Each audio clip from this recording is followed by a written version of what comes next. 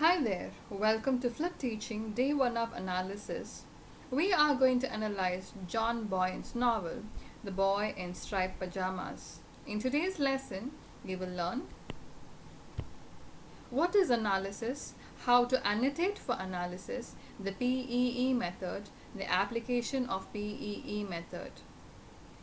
Now let's talk about analysis. Analysis is just a way of explaining why something is happening in the story. It's like answering the important question, why is this important? Let's say a character is crying in the story. If we are analyzing, we don't just say the character is crying. We ask, why is the character crying?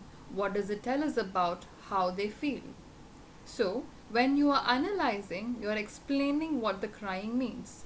Maybe it means that they are sad because they lost something important, or maybe they feel lonely. You're just trying to understand why the crying matters. Let's look at another example. You are going for a birthday party and take a taste of a cake, which is bad.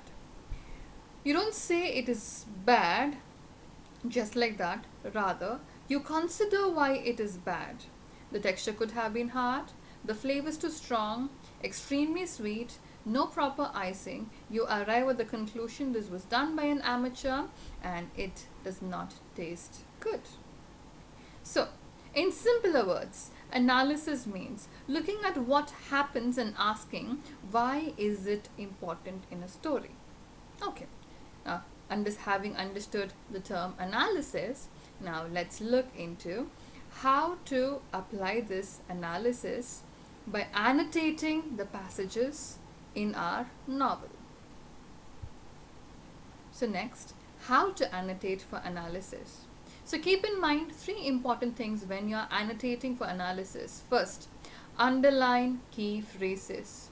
2. Figure out the literary techniques used. And 3. Make interpretations about why those specific literary techniques were used and what meaning they could give you. Before we go on to analyze a key passage from the novel, let's take a moment to understand the question. Explain Bruno's understanding of his father's role. Now, let's have a look at the passage. In school, they had talked about their father. One day, and Carl said that his father was a greengrocer, which Bruno knew to be true because he ran the greengrocer shop in the center of town. And Daniel had said that his father was a teacher, which Bruno knew to be true because he had taught the big boys who it was always wise to steer clear of. And Martin said that his father was a chef, which Bruno knew to be true because he sometimes collected Martin from school, and when he did, he always wore a white smock and a tartan apron as if he had just stepped out of his kitchen. But when they asked Bruno what his father did, he opened his mouth to tell them, then realized that he didn't know himself. All he could say was that his father was a man to watch and the furry had big things in mind for him. Oh, and that he had a fantastic uniform too. It's a very important job, said Mother, hesitating for a moment. A job that needs a very special man to do it. You can understand that, can't you? Okay, this is a passage taken from chapter 1 when the mother is telling about their intended move to Outward, which is also Auschwitz. Okay, first up, let's highlight. Over here I'm highlighting what you're supposed to underline. So we're supposed to underline some of the key phrases that describe or that resonate with the question. So it is about the father's role. So we are uncertain. By friends' knowledge, we understand he could have been a greengrocer, a teacher, a chef, and all those things. But when they ask Bruno to confirm his role or to confirm his identity in the professional world, he just thinks whatever he knows from Adol's point of view. He just says he's a man to watch and the furry had big things in mind for him. That is all. Now let's look, having taken out the key phrases, now let's figure out literary devices used in those key terms. A greengrocer, a teacher, a chef. This Here they use literary devices such as characterization and juxtaposition, and a man to watch with the fury having big things in mind for him. This presents foreshadowing in diction, and finally we have the tone in the tone of the entire passage is proud and uneasy. Now let's make interpretation.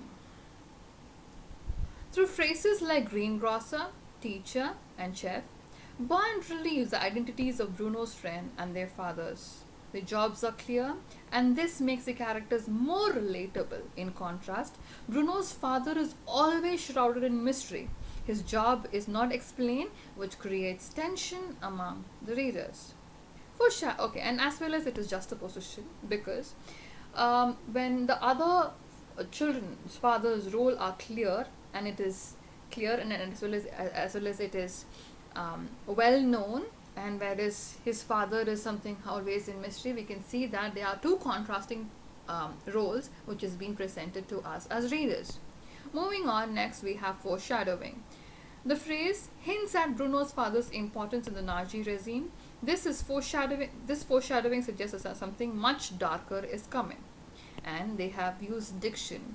Some childlike words, a man to watch, with the furry have big things in mind for him, which is always said from adults. So, child's perspective is brought out through the diction, the choice of words. Then, finally, we have the tone. Throughout the entire passage, the tone is innocent and almost proud as Bruno talks about his father. But beneath that innocence, there is a sense of unease that reader begins to feel something is wrong, even if Bruno doesn't yet understand it. So this is interpretation. This interpretation is supposed to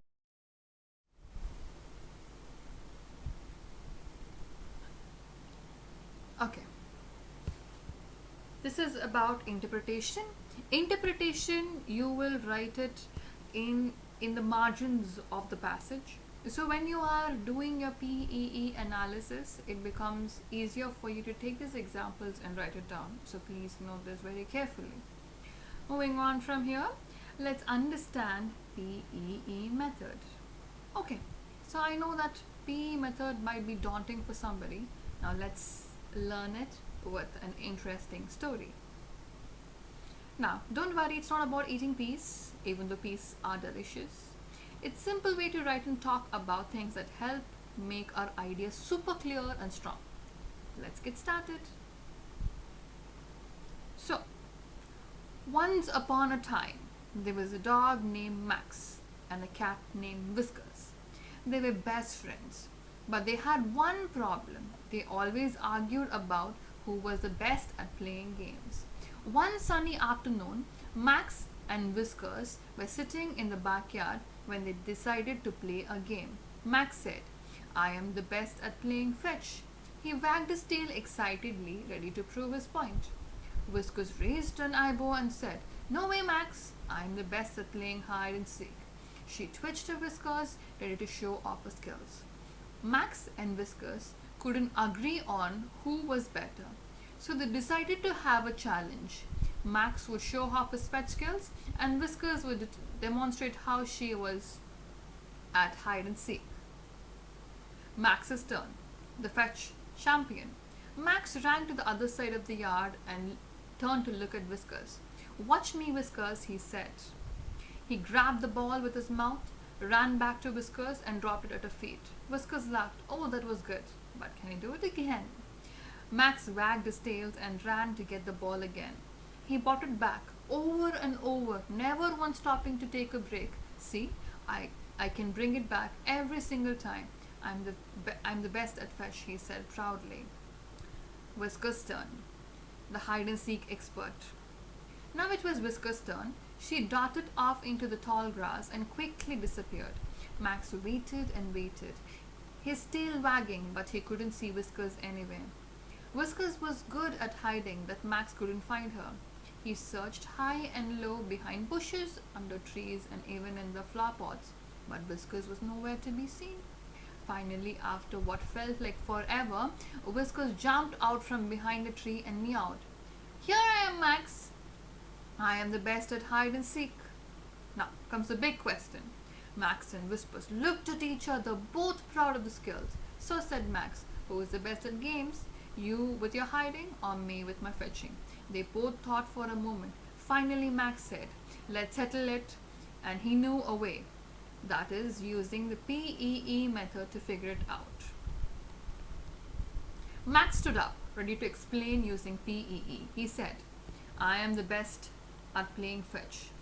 And he says that he presents the evidence saying that I can bring back the ball every single time without stopping.